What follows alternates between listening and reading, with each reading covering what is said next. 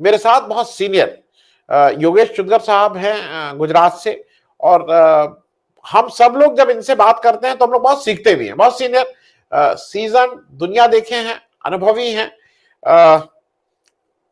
मैं योगेश जी आपसे बात इसलिए चर्चा शुरू कर रहा हूं क्योंकि ये जो हिंदुत्व कह लीजिए या ये जो भी चीज है, इसकी प्रयोगशाला सबसे बड़ी गुजरात में बनी और गुजरात ने इसको बहुत ठीक से, मैं ये कहूंगा, इस प्रयोग को ठीक से किया गया और वो आज वहां एस्टैब्लिश्ड है, उसमें कहीं कोई क्वेश्चन नहीं है।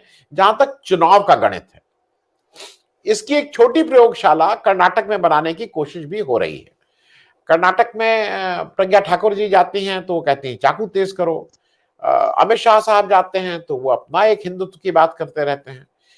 इस बैकग्राउंड के साथ मैं पहले आपसे थोड़ा ये समझना चाह रहा हूं कि क्या गुजरात में, क्योंकि गुजरात को हम लोग ये मानते हैं कि अब प्रॉस्परस स्टेट जहां पे लोग श्रम समझते हैं, बिजनेस समझते हैं और उनके पास इस तरह के कामों के लिए टाइम नहीं रहता। ऐसे यूपी बिहार में पॉलिटिक्स के लिए बहुत टाइम है, लेकिन ये जो हिंदुत्व और आरएसएस की विचारधारा है, क्या एवरेज गुजराती भी इस विचारधारा को मानता है कि हिंदू ही रहेगा, हिंदू सुप्रीमेसी, हिंदी, हिंदू, हिंदुस्तान इत्यादि इत्यादि? योगेश साहब। नमस्कार जी। सबसे पहले मैं ये बताऊं कि आरएसएस शुरू कैसे हुआ, इसीलिए कि हमको समझ में आए कि आरएसएस क्या चीज है और क्यों हम सब आज इसके पर चर्चा कर रहे हैं। 1925 में केशवराव बलिराम हेडगेवार को ख्याल आया कि आज नहीं तो कल हमें इंडिपेंडेंस मिलने वाली है। ये हेडगेवार साहब जो है वो पहले से कांग्रेस में थे, कांग्रेस में रहे थे, कांग्रेस मूवमेंट, आजादी के मूवमेंट में वो जेल भी गए थे और उनका जो ख्याल था कि हमको आज नहीं तो कल कभी न कभी हमको इंडिपेंडेंस मिलने वाला है, तो फिर जब इंडिपेंडेंस मिलेगी तब हमारा देश कैसा होगा, उसकी विचारधारा कैसी होगी। महात्मा गांधी जी ने भी अपने एक पुस्तक में लिखा है कि मारू आजादीनु स्वप्न, मारा स्वप्ननु आजाद भारत, मेरा ड्रीम कैसा, ड्रीमिंग इंडिया कैसे होगा, वो गांधी जी ने अपने विचार बताए। वो वही तरीके से हेडगेवार जी ने भी उनका एक आइडिया बताया कि हमारा भारत कैसा होगा। तो इसमें उन्होंने हिंदू राष्ट्र की कोई कल्पना शायद की होगी, लेकिन ये देश पूरे हिंदुओं का है, बाकी के लोग यहाँ नहीं रहेंगे, ऐसी कोई विचारधारा नहीं थी। ऐसा मैंने जितना भी पढ़ा है उसके बारे में, मेरा जो स्टडी है उसमें ऐसा लगता है। बाद में वो till the death he was in a Congress. ऐसा नहीं है कि वो कांग्रेस विरोधी थे। कभी कोई आजकल हमारे कांग्रेस के मित्र को बोलता है कि आजादी में आपका क्या योगदान, तो ये हेडगेवार जी का भी कुछ योगदान था उस टाइम। न तो भारतीय जनता पार्टी, जनसंघ ऐसा कोई नहीं था, एक हिंदू सभा वगैरह ऐसे कैसे छोटे मोटे थे, लेकिन भारतीय जनता पार्टी या जनसंघ तो नहीं था। लेकिन हेडगेवार जी जो आरएसएस के स्थापक है, उन्होंने नागपुर में सॉरी इस विचारधारा से सम्मत हो ऐसे 10 लोगों का नागपुर में एक संगठन बनाया, बाद में फूला फाला और अभी इतना बड़ा हुआ।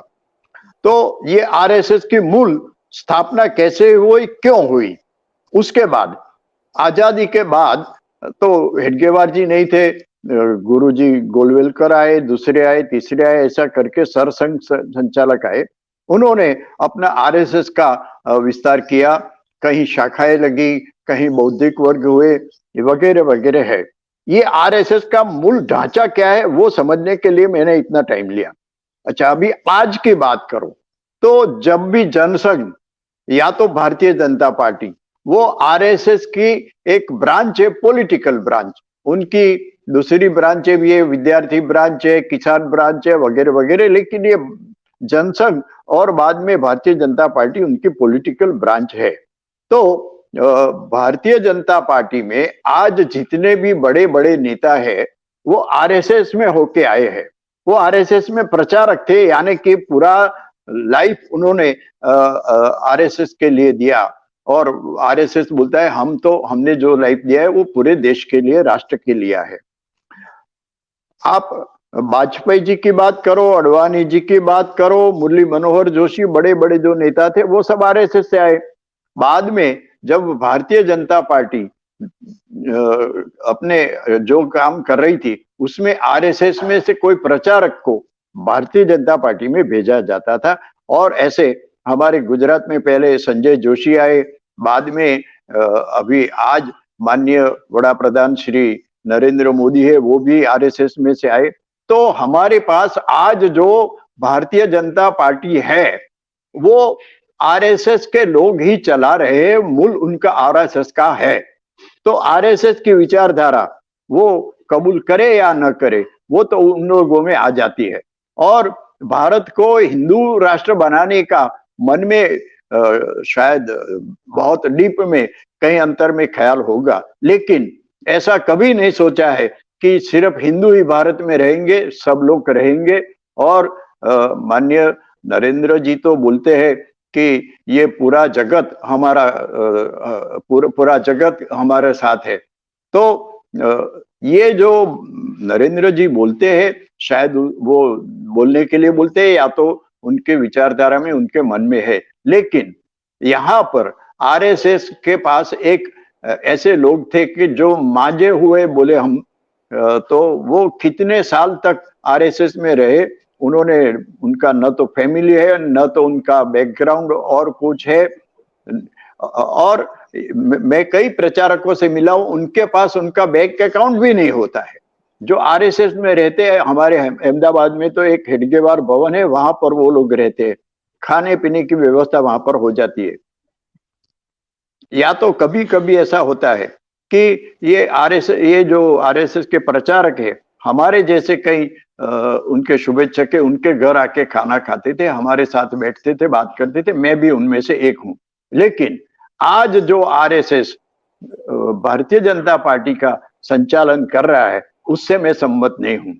मैंने आरएसएस में बहुत काम किया है, मगर आज का जो आरएसएस है, जैसे हम बोलते हैं कि भारतीय जनता पार्टी वाजपेयी और अडवाणी के टाइम पर जो थी वो आज नहीं है, आज कुछ अलग है। इस तरह से आरएसएस का रूप भी बदल गया है और अभी वो थोड़े स्ट्रॉन्ग हो गए।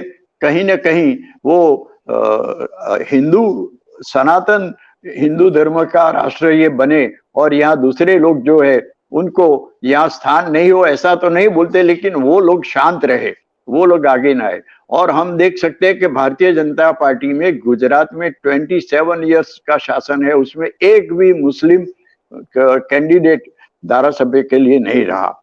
तो मुस्लिमों के लिए उनका जो ख्याल है वो तो यही है। और दूसरी साइड हम देखें तो मुस्लिम लोग भी अभी क्या है कि उतने पहले थे 47 में, उससे ज्यादा एक्टिव हो गए।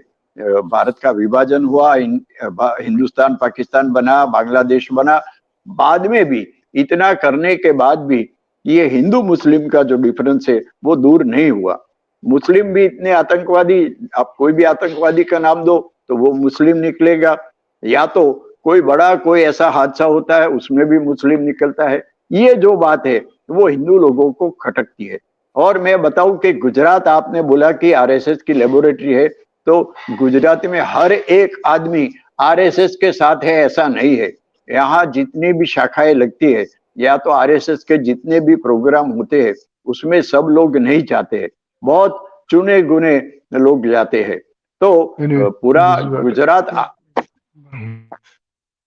गुजरात आरएसएस के साथ है ऐसा नहीं है। हाँ, ये जहां तक नरेंद्र मोदी है वहां तक नरेंद्र मोदी को साथ देने का एक एक गुजराती के मन में है कि ये हमारा आदमी है और हमारा भला करेगा। और नरेंद्र मोदी पॉलिटिकली या उनके कोई भी स्टेप है उसके साथ हम सम्मत हो या ना हो, फिर भी नरेंद्र मोदी को साथ देना है, क्योंकि आज तक कोई गुजराती ऐसा पीएम नहीं आया एक्सेप्ट मोरारजी भाई फॉर सम इयर्स, बाकी कोई गुजराती नहीं आया। गुजराती लोग, मेरी समझ में, मैं गुजरात से हूँ इसलिए शायद बोलता हूँ कि बहुत कैलकुलेटिव होते हैं, एंटरप्रेन्योर होते हैं और उनके विचार जो होते हैं वो आगे बढ़ने का, विकास कैसे करने का वो होता है। इसीलिए हम लोग सोचते हैं कि भी हमारा गुजराती प्राइम मिनिस्टर बना है वो देश का कुछ भला करेगा। लेकिन हमें भी कुछ ऐसे कड़वे अनुभव हुए, जैसे नोटबंदी है, जीएसटी है, क्योंकि हम तो व्यापार के लोग हैं, तो व्यापार में ये सब हमको बीच में आया है। और ये भी हकीकत है कि दो गुजराती यहाँ से बड़े इंडस्ट्रियलिस्ट, उनका विकास इतना ज्यादा हुआ ये 27 ईयर्स में कि वो भी हमको एक उदाहरण के रूप में मिलता है।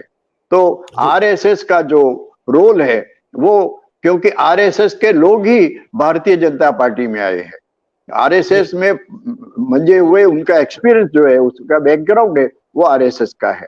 इसके कारण ये जो गवर्नमेंट चलती है उसमें उनका ये दिखाई पड़ेगा। मैं योगेश साहब एक चीज जरा छोटी सी आपसे इसलिए पूछ लूं, मैं ईमानदारी से बताऊं, जब मैं बड़ा हो रहा था तो मुझे सरदार पटेल गुजरात के हैं ये नहीं मालूम था, ईमानदारी से बताऊं। I always took him as a Indian national. मुझे नहीं मालूम था कि सुभाष चंद्र बोस बंगाल के हैं, और ये मैं ईमानदारी से बता रहा हूं, मतलब सत्यता के साथ बता रहा हूं। जब मैं बड़ा हुआ और जब मैं जो विकृतियां जिसको कहने लगी जब आने लगी दिमाग में, तब पता लगा अच्छा सरदार पटेल गुजरात के थे। मुझे उससे पहले नहीं मालूम था। मुझे एक चीज लगती है, मुझसे बहुत से लोग ये कहते हैं कि जो आरएसएस, ये जो बीजेपी वाले कहते हैं ना सरदार पटेल और नेहरू, अरे सरदार पटेल रहते तो इनको बिल्कुल ठिकाने लगा दिए होते। क्या आपको भी लगता है जो एक सरदार पटेल की आयरन विल थी और मतलब नो नॉनसेंस वाले थे, वो ज्यादा टफ रहते इनके लिए अगर उनको, और मैं ये मान रहा हूं कि उनको मौका नहीं मिला, वो 1952 में वो उनकी डेथ हो गई। अगर उनके पास 4-5 साल और रहते तो शायद वो ये जो जो आरएसएस जिस तरह की बातें आगे करता है, चलाता है, वो करता है, उसको वो ज्यादा बेहतर ढंग से टैकल करते। नहीं, आपने सरदार पटेल की बात की तो उनका तो गुणगान करना ही चाहिए।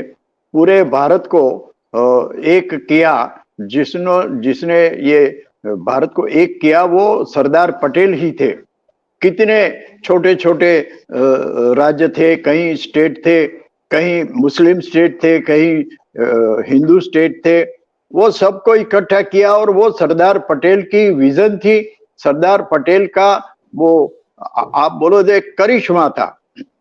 सबसे पहले गुजरात का भावनगर जो है, वो भावनगर के महाराजा ने सरदार पटेल को भेंट किया था, that was the first incidence. और वो महाराजा ने सरदार पटेल को नमन किया कि आपने एक बड़ा काम शुरू किया है भारत को एक करने का।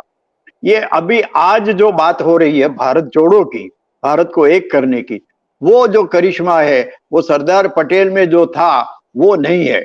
वो तो ठीक है, चलो भाई राहुल जी अभी कर रहे हैं, अच्छा काम कर रहे हैं भारत को एक करने का, जोड़ने का। और नफरत की माहौल में एक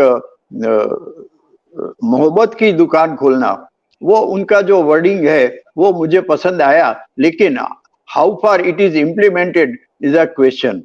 वो क्योंकि 60 साल तक कांग्रेस ने राज किया, तो उसके टाइम पर भी हिंदू मुस्लिम के राइट्स होते थे। ऐसा नहीं है कि वहां उस टाइम पर भी हिंदू मुस्लिम एक थे। मोदी के आने के बाद ये हिंदू मुस्लिम का हेट्रेट हुआ, ऐसा नहीं है। लेकिन ये, क्योंकि मैं तो प्री इंडिपेंडेंस बॉर्न हूं, तो मैंने तो मेरी मदर से, मेरी दादी से सुना था कि उनका जो एरिया था, उनके जो पोल सोसाइटी जो बोलते हैं, उसमें बड़े बड़े लकड़े के द्वार लगाए थे ताकि रात को कोई ऐसे आतंकवादी आके हमें हैरान नहीं करे। तो हिंदू मुस्लिम का जो होता था वो तो उस टाइम पर भी होता था, बिफोर इंडिपेंडेंस ऑल्सो। उस टाइम आरएसएस का कोई इतना प्रभुत्व नहीं था। लेकिन आज जो हो रहा है, आतंकवाद हो रहा है, जो पाकिस्तान से आते हैं, उसका भी मैंने देखा है। यहाँ के लोग जो है वो ऐसे आतंकवादी को आश्रय देते हैं, और फिर जो होता है पार्लियामेंट पर जो हमला हुआ वो भी हम लोगों ने देखा। तो ये किस तरह से हो रहा है, तो हिंदुओं में अपने आप एक हेट्रेट हो जाता है कि भी मुस्लिम लोग हमें हैरान करते। हाँ, मैंने ये भी देखा है, हमारे अहमदाबाद में 1969 में जब राइट हुए थे, मैं एज अ सोशल वर्कर घूमता था, तो कई मुस्लिम लोगों को हमारे स्टेडियम में आश्रय दिया था, और इनकी क्या हालत थी वो भी मैंने देखी है। और हिंदुओं ने जो इन लोगों को हैरान किया था, उनकी छोटी सी फैक्ट्री थी या छोटी सी जो भी वसाहत थी, उनको कैसे जला दिया था वो भी मैंने देखा है। तो ऐसा नहीं है कि सिर्फ हिंदू लोग आतंक करते हैं या सिर्फ मुस्लिम लोग करते हैं। और आपस आपस में जब झगड़ा होता है तब मैंने देखा है कि दोनों का हिस्सा सरीखा होता है।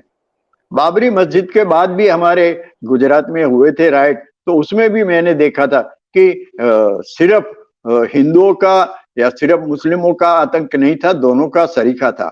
लेकिन आज आरएसएस के बारे में सोचने के जरूर है, लेकिन जो राहुल गांधी ने ये एक सूत्र दिया है कि नफरत अभी छोड़नी चाहिए। ये हमारे यहाँ हिंदू है या मुस्लिम है, क्रिश्चियन है, जो भी है वो भारतवासी है, ऐसा करके कोई माहौल बनाया जाएगा तो ठीक है। लेकिन हम लोग एज अ पॉलिटिकल एनालिसिस हमें तो ऐसा ही लगता है कि सिर्फ कांग्रेस को बचाने के लिए, राहुल गांधी को एक महान बनाने के लिए भारत जोड़ो यात्रा की गई है।